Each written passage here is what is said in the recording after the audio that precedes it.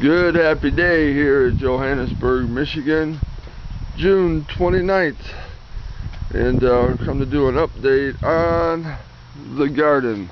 First one of the year. Look at the kimber tree just grow like crazy. And voila, garden time. And our blueberries, of course.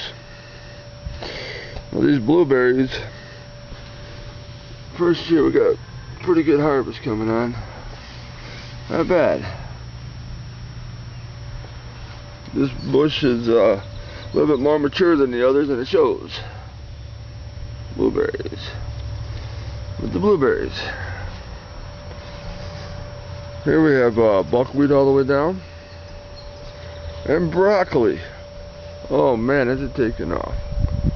And our cabbage. Here, let me put my hand down on this leaf. Ow, that's a nice size leaf. The first set of leaves are any indication what our cabbage is going to be like. We're going to have basketball sized cabbages. We got our onions, and they got in here late. Yeah, we had a problem getting our onions, but we ended up finally getting them. And our taters, we got Pontiac Reds all the way down.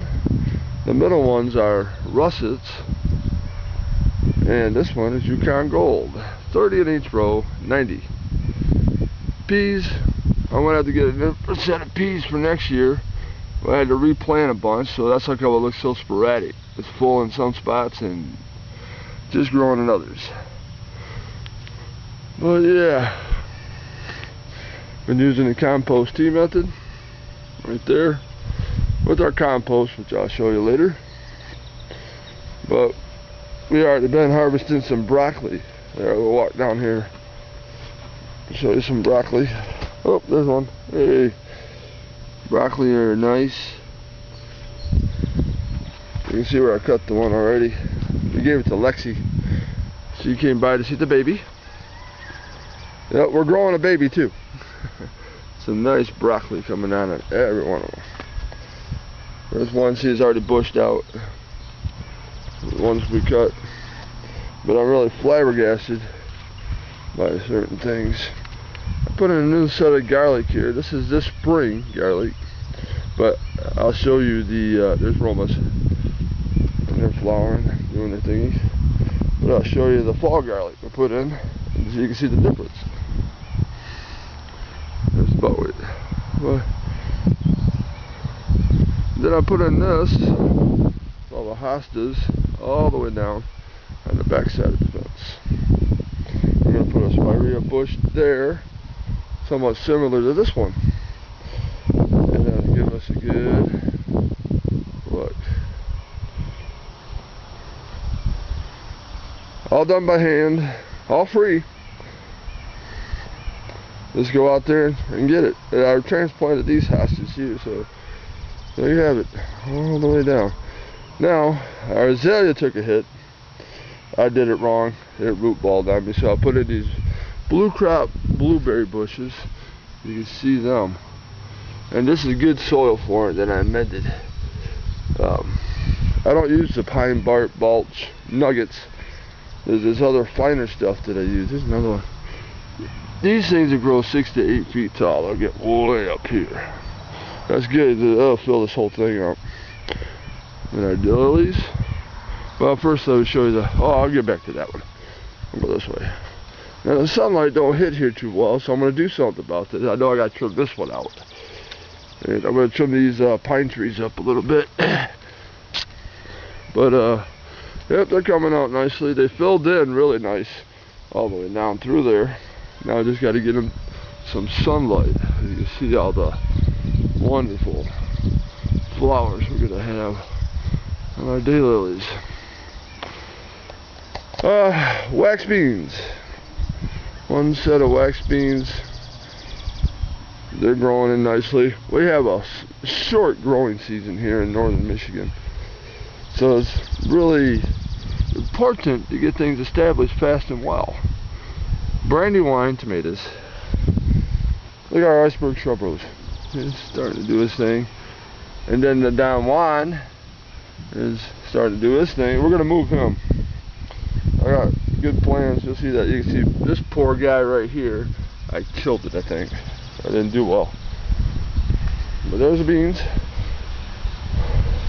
But over here, this is fall garlic. The ones I put in the fall time. As you can see the big difference between the spring garlic. This stuff is up about my thigh. Well, that's all the way in there. I'm gonna be big. Now this year, put in these are pole beans. They'll climb up this trellis that I made for the grapevines.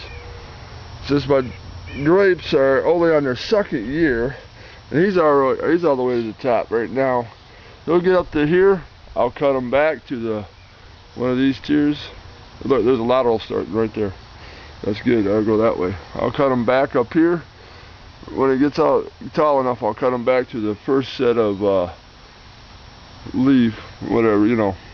I got a vine dress is what I'm saying. But I see there's more pole beans.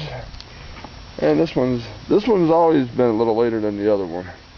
And there's some more pole beans. And some, sponsored by the Robinsons, tomatoes. Forgot what kind they were. She's got to tell me again because I lost the sticker. And then I moved my compost pile over here, and that's all that's left. This sucker was all the way, you can see where it was all the way to that one right there, full of compost. And a lot of it went on the garden, of course, and compost team out there. But that's all that's left. And the rest of that won't be used. Yep. I'll throw it out there either in the fall to cover up the leaves that I put on the garden or stuff. What I'll do, I'll chicken wire this off and start filling it again. Let it cook down. Here's the azalea. I had to do some work on him, but I finally got some life out of him, and I was happy to see that. It turned into a root ball. What I did, I didn't score it, I didn't do it properly, and I put it in a place where possibly it wasn't getting the moisture it needed.